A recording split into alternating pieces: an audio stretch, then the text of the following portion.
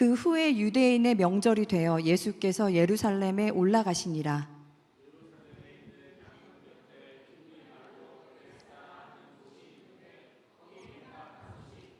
그 안에 많은 병자, 맹인, 다리 저는 사람, 혈기 마른 사람들이 누워 물의 움직임을 기다리니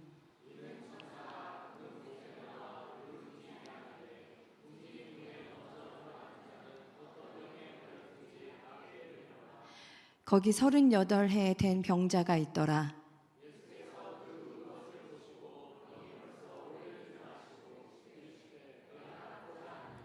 병자가 대답하되 주여 물이 움직일 때 나를 못에 넣어주는 사람이 없어 내가 가는 동안에 다른 사람이 먼저 내려가나이다. 그 사람이 곧 나아서 자리를 들고 걸어가니라. 이는 살아계신 하나님의 말씀입니다. 아멘. 제가 좀 뒷북이긴 하지만 지난주 월요일에 흑백 요리사라는 프로그램을 봤습니다. 추천을 많이 받았는데, 근데 이제 본 사람들이 뭐 어떤 분은 쇼미더머니가 생각이 난다 그러고, 어떤 분은 뭐 강철부대, 또 옛날 분들은 냉장고를 부탁해 뭐 이런 거. 그래서 여러 서바이벌에 나온 예능에서 가장 좋았던 부분들을 이렇게 잘 취합해서, 이거 아시죠? 보시신 분들은 아시는데, 네, 재구성한 요소가 참 많이 있었습니다. 근데 저는 이걸 딱 보자마자 무슨 프로그램이 생각이 났냐면 오징어 게임이 생각났어요. 네, 여러분 혹시 오징어 게임 기억나시나요? 사회에서 낙오된 사람들, 실패한 사람들이 목숨을 건 경쟁을 통해서 딱 한 명만 살아남고, 또 살아남을 뿐만 아니라 그 상금으로 자신이 살던 세상을 바꿀 수 있는, 자신의 망가진 현실을 탈출할 수 있다는 그런 세계관을 가진 이야기입니다. 그래서 오늘 우리가 다룰 이야기, 이 베데스다의 세계관도 이 오징어 게임의 세계관과 굉장히 흡사합니다. 여러분, 먼저 베데스다는 어떤 곳인가 좀 살펴보겠습니다. 베데스다, 베이트 헤세다의 헤세드의 합친말이거든요. 집, 그리고 은혜, 자비. 그러니까 은혜의 집, 자비의 집이라는 뜻이에요. 그런데 오늘 우리가 읽은 본문의 그 분위기를 보셔서 아시겠지만, 은혜가 차고 넘치고 막 자비가 넘치고 이러는 집이 아니라, 은혜가, 자비가 정말 필요한 사람들이 모여 있는 곳이 베데스다였습니다. 그리고 오늘 배경이 되는 때가 언제냐 이렇게 시작이 됐는데, 유대인의 명절, 이렇게 어떤 명절인지 정확하게 나오지 않습니다. 근데 명절 하면 떠오르는 분위기가 있잖아요, 여러분. 뭐 전도 붙이고, 뭐 오랜만에 사람들이 모여서 예루살렘에 만나서 막 인사도 하고 맛있는 음식도 먹고 회포도 풀고 막 웃다가 또 어디선 또 싸우기도 하고, 또 모인 사람들 때문에 상권이 막 활발해지고 무언가 사고 팔고, 뭐 또 제사를 지내기 위해서 데려온 뭐 동물들의 막 소리도 들리고, 막 사람들은 흥분되어 있고 막 소란스럽고 활발하고 매우 역동적인 분위기가 느껴지는 그런 상황이에요. 그런데 한편 그런 세상이 있는가 하면 예루살렘의 한쪽에는 전혀 다른 세상이 있었는데, 바로 그곳이 베데스다였습니다. 이곳에는 도움이 없이는 살 수 없는 병자들, 굉장히 정적이고요, 고요하고 절망적인 침묵이 흐르고, 가끔 고통을 호소하는 신음이 있고, 눈물이 있고, 하소연이 있고, 냄새는 말할 것도 없겠죠. 여러분, 혼자 씻지도 못하고 병을 앓고 있는 사람들이 모인 곳이니 얼마나 악취가 또 났겠습니까? 물론 그들도 누군가의 도움으로 가끔 웃을 일도 있고, 뭐 그 와중에 서로를 위로하기도 할 테지만, 하지만 디폴트는 우울과 절망, 두려움이었다는 것. 예루살렘에는 이 두 자리가 공존했습니다. 우리가 지금 사는 세상하고 굉장히 닮아 있죠. 누군가는 뭐 SNS를 통해, 뭐 유튜브를 통해, 뭐 매체를 통해서 보시겠지만 굉장히 화려한 삶에 날마다 파티를 벌이는 그런 것과 비슷한 삶을 살아가고 있지만, 또 한쪽에서는 실패하고 또 노력의 결과를 얻지 못하고 인정받지 못한 어떤 열등감, 절망감, 왕따, 뭐 스스로 무능력해 보이고, 또 나보다 못한 사람들이 사랑받는 것, 그거에 대한 자괴감, 분노, 내지는 우울감, 이게 공존해 있잖아요. 게다가 베데스다에는 어떤 속설이 있었냐? 가끔 물이 움직이는데 거기에 먼저 들어가는 사람이 낫는다라는 속설이 있었어요. 속설이에요. 나았다는 사람의 이야기는 기록되어 있지 않습니다. 근데 여기 다 모여 있어요, 병자들이. 왜냐? 딱히 대안도 없고 다른 희망도 없으니까. 어쩌면 우리도 우리가 믿는 우리만의 베데스다가 각자 있는지 있었는지 모르겠습니다. 우리는 만족을 찾아서 시작했는데 뭐 얼만큼 벌면 나을 거야. 이런 사람이랑 만나면 만족할 거야. 어떤 직업을 가지면 어떤 위치에 올라가면 나는 행복할 거야. 우리만의 어떤 베데스다. 세상에서는 끊임없이 이런 새로운 신기루를 보여주고 유혹합니다. 여기에 희망이 있다고. 저기에 오르면 만족할 거라고. 다시 베데스다를 좀 생각해 보겠습니다. 낳는 사람은 한 명이에요. 먼저 들어가는 사람. 다들 낳고 싶어서 왔는데 여러분 누가 누구한테 양보를 하겠습니까? 여러분 오징어 게임 보신 분들 보면서 되게 힘들었다고 말씀하시는 분도 계세요. 근데 보면 그렇잖아요. 이제 뭐 팀을 짜서 또 경쟁하기도 하지만 결국은 경쟁 상대이기 때문에 계속 서로 의심하고 경계하고 오해하고 불안해하고 우리가 사는 세상과 정말 크게 다르지 않고 그 안에서 병들어가는 우리들의 모습도 종종 발견합니다. 그러면 이제 오늘 이야기의 주인공에 대해서 저희가 한번 생각을 해볼게요. 예수님이 질문을 던지세요. 내가 낫기를 원하냐? 그러면 우리가 예상할 수 있는 대답이 있잖아요. 네, 저 좀 낫게 해주세요 라고 한다던가 혹시 진짜 저를 고쳐주실 수 있으세요? 라고 물어볼 수도 있고 아니, 그거 왜 물어보시는데 이래야 이제 말이 맞는 거잖아요, 대화가. 근데 이 사람이 뭐라고 하냐? 주여, 물이 움직일 때 나를 못에 넣어주는 사람이 없어서 내가 가는 동안에 다 다른 사람이 먼저 내려가나이다.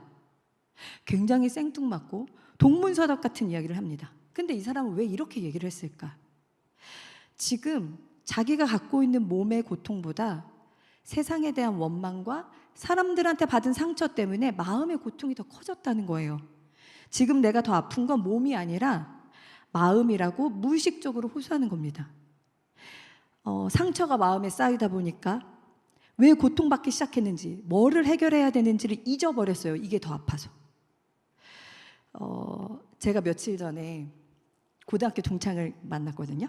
근데 집사님이 되셨어요. 아주 뜨거운 집사님이, 우리 윤 집사님이 되셨는데 그 친구가 이제 놀러 와서 이제 막 뭐 남편 얘기를 해줬어요. 근데 이제 막 남편이랑 싸우는 얘기를 주로 남의 싸움 얘기가 제일 재밌잖아요. 그래서 저도 막 재밌게 들었어요. 편 들어주면서. 근데 항상 그러는 거예요. 항상 뭐 때문에 싸웠는지가 기억이 안 나고 사소한 걸로 싸워서 말투 때문에 기분 나빴다가 이제 과거 얘기가 나오고 막 집안 얘기가 나오면서 이혼을 한 해 만에 이러다가 이제 결국 이렇게 막 끝난대요. 와, 오빠, 내가 하나님 안 믿었으면 나 오빠랑 안 살았어. 그것만 기억해. 꼭 이렇게 끝난대요. 그러면 남편은 난 절에 갈 거야. 이렇게 끝난다는 거예요, 얘기가. 근데 그날도 왜 왔냐, 우리 집에. 어떻게 남편을 전도해야 할까? 제가 이 문제를 왔거든요. 근데 이걸 상담한다고 찾아왔는데 남편 흉을 보다가 어머, 나 애들이 집에 올 시간이 되었다고. 자세한 얘기는 다음에 하자고. 이러면서 이제 헤어졌어요. 이런 거예요, 이런 거. 문제를 해결하기 위해 대화를 시작했는데 싸우기 시작하면서 서로한테 상처를 입히고 그래서 어떤 문제를 해결하기 위해서 갈등이 시작되었는데 갈등에 초점을 두는 거죠. 그래서 다 잊어버렸어요. 감정이 상하고 마음이 상해서. 그래서 원래 갖고 있던 문제가 뭔지 잊어버린 거예요. 지금 38년 된 병자도 지금 그런 상황입니다. 그래서 그의 대답은 전 이렇게 들었어요. 저는 너무 외로워요. 다른 사람은 잘도 도와주더만 저는 도와주는 사람도 없더라고요. 역시 사람은 믿을 만한 존재가 아니에요.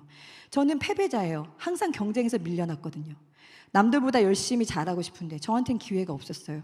전 정말 그걸 꼭 이루고 싶었거든요. 꼭 물이 움직일 때 내려가기 위해서 저는 최선을 다했고 언제 물이 움직이나 보느라고 잠도 안 자고 기다렸었거든요. 제가 불안해서 잠을 못 잔 지 벌써 수십 년입니다. 그런데 며칠 전에 온 저 사람이 먼저 물에 들어간 거예요. 사는 게 참 허무해요.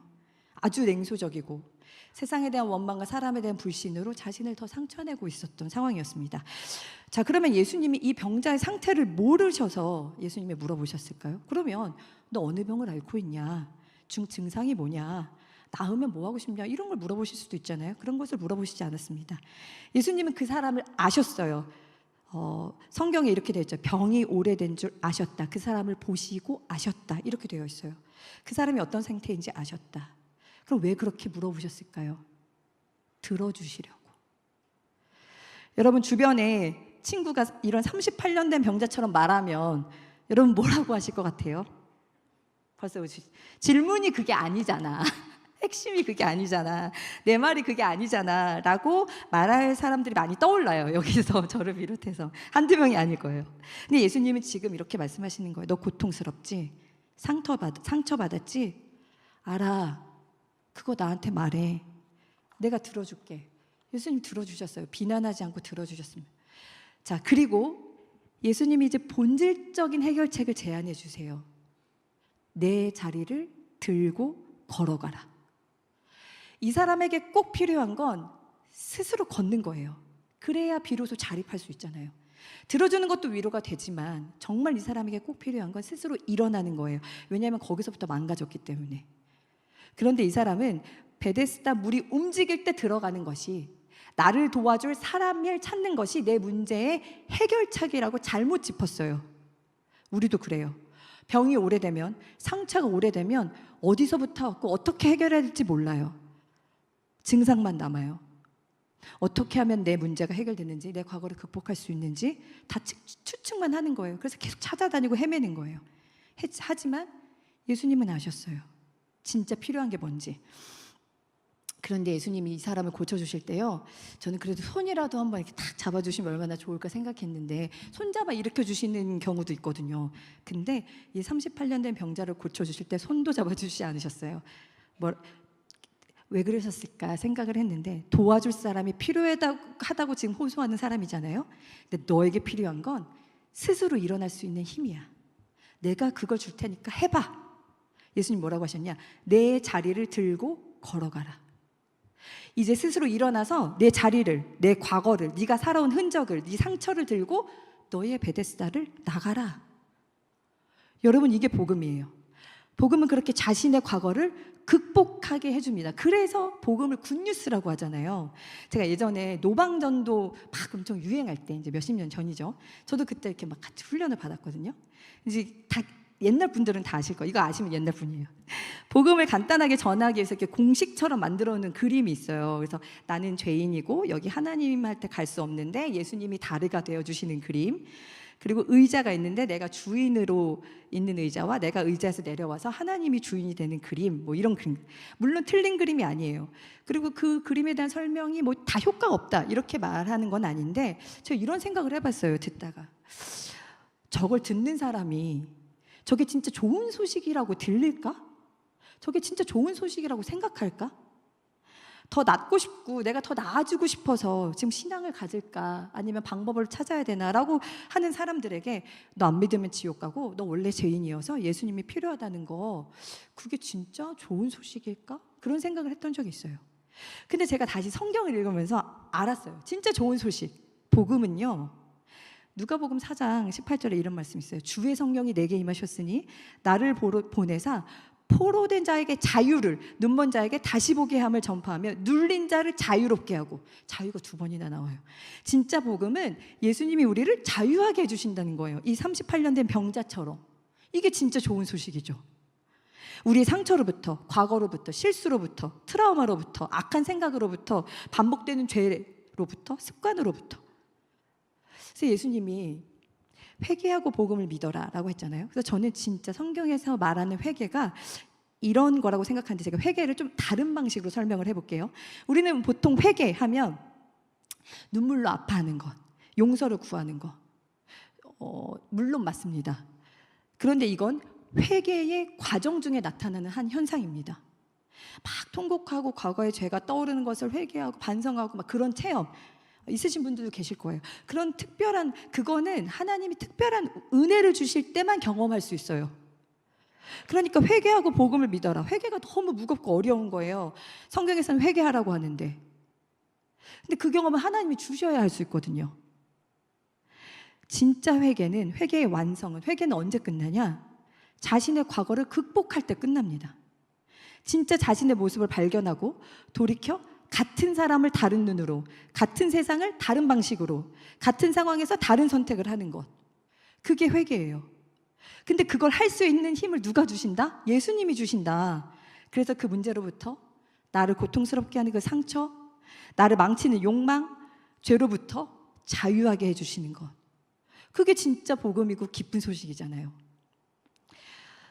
그래서 회개는 그리스도인의 성장과도 굉장히 맞닿아 있습니다. 우리 굉장히 성장하는 거 좋아하잖아요. 성장하면 뭐 스펙을 생각하고 뭐 사기를 얻고 자기 개발 능력을 기르는 거 이렇게 생각하실 수 있는데, 사실 우리에게 이보다 훨씬 더 중요한 내면의 성장이 있습니다. 성숙이라고도 하고요. 그리고 이 성장은 회개와 굉장히 밀접하게 연결이 되어 있는데, 얼마 전에 한 청년하고 대화를 하다가 이런 대화를 했어요.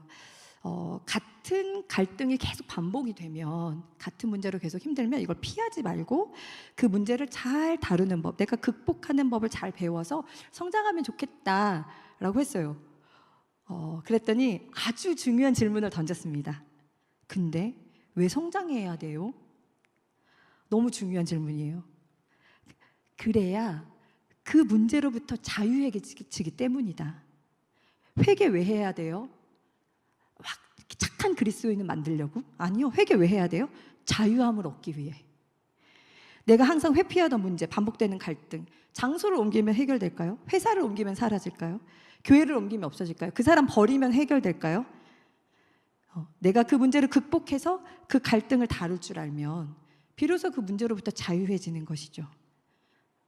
우리는 그렇게 성장하고 있고 또 그렇게 성숙해야 합니다. 복음은 그런 것입니다. 사람을 자유롭게 하는 것, 얽매는 것으로부터 풀어주는 것, 죄를 용서받고 상처는 치유되어 내가 있던 자리를 들고, 과거를 들고 베데스다를 나가는 것. 여기 계신 분들 중에서 누군가는 베데스다 안에 갇혀 계신 분이 계실 것 같아요. 그 베데스다를 탈출하시기를 응원합니다. 근데 꼭 기억해야 될 것이 있는데, 우리가 베데스다에 나가려면 반드시 예수님이 나의 베데스다에 오셔야 한다는 거예요. 어떻게 예수님이 오실까? 그분은 나를 지으시고 나를 아시기 때문에 반드시 나의 절망과 고통을 통해서 말을 거실 거예요. 그런데 내 절망이 너무 크고 두려움이 너무 크고 너무 지쳐서 제가 그분이 안 보이면, 그분의 음성이 안 들린다면 여러분이 부르세요. 예수님, 거기 계시죠? 저의 베데스다에서 나가게 해주세요. 말씀을 정리하겠습니다. 예수님은 어떤 분인가요? 축제의 자리, 잔치의 자리보다 먼저 항상 자신이 필요한 곳, 냄새나고 아픈 곳을 찾아가시는 분, 그리고 그 오래된 아픔을 불쌍히 여기시고 이해해 주시고 들어주시는 분. 그런데 그분이 우리와 다른 건 문제의 본질이 무엇인지 정확하게 아시고 잠깐 좋아질 수 있는 미봉책을 주시는 게 아니라 스스로 그 자리를 들고 일어나 극복하게 해주시는 분이라는 것을 여러분 꼭 기억하셨으면 좋겠습니다. 다음 주면 추수감사 주일입니다. 여러분 베데스다에 계신 분이 있다면 예수님을 꼭 베데스다에서 만나셔서 그 자리를 들고 나와 함께 기쁨의 감사의 노래를 부르셨으면 좋겠고, 또 누구는 정말 감사하게도 웃을 일이 많은 명절 같은 시기를 보내고 계시다면 여러분 주위에 베데스다에 있는 사람을 살펴서 한 번쯤 손 내밀어 주시면 좋겠습니다. 그가 예수님을 만날 때까지 함께 기다려주는 일, 들어주는 것도 좋고 따뜻한 위로도 좋고, 할 수 있으면 그 사람에게 필요한 것을 내가 가지고 있는 가장 좋은 것을 내어주셨으면 좋겠습니다. 시편에 성도들아 함께 새 노래로 하나님을 찬양하라라는 구절이 뒤에 되게 많이 나와요. 근데 제가 구약 수업 시간에 교수님한테 들은 얘기인데, 성도들이라는 이 집합 명사가 나와요. 성도들아 함께 새 노래로 하나님을 찬양하라. 이거는 안 나오는 사람, 그동안 못 나온 사람을 다 차출해서 끌어오라는 얘기가 아니래요. 고통으로 심름하는 사람들, 그래서 찬양할 수 없는 이들, 배고픈 사람들, 그 사람들을 위로하고 그 사람들의 손을 붙잡아줘서 함께 찬양할 수 있게 도우라는 뜻이래요. 그게 하나님이 명령하신 예배. 혼자 하나님의 성전에 들어가 기도할 때도 있지만 예배는 혼자 드리는 게 아니잖아요. 공동체가 함께 새 노래로 하나님을 찬양할 수 있도록 함께 만들어가는 일. 그래서 다음 주는 나만의 추수감사절이 아니라 우리의 추수감사절, 우리의 감사의 노래를 고백하는 추수감사절이 되기를 소망합니다. 우리 찬양팀 함께 나와서 우리 함께 예수님은 누구신가, 우리 예수님이 누구신가 한번 잘 생각해 보시면서 예수님은 내 삶에 어떤 존재신가, 내 인생에 어떤 존재신가, 예수님을 부르는 여러분의 입술이 낯설지 않고 멀지 않았으면 좋겠습니다.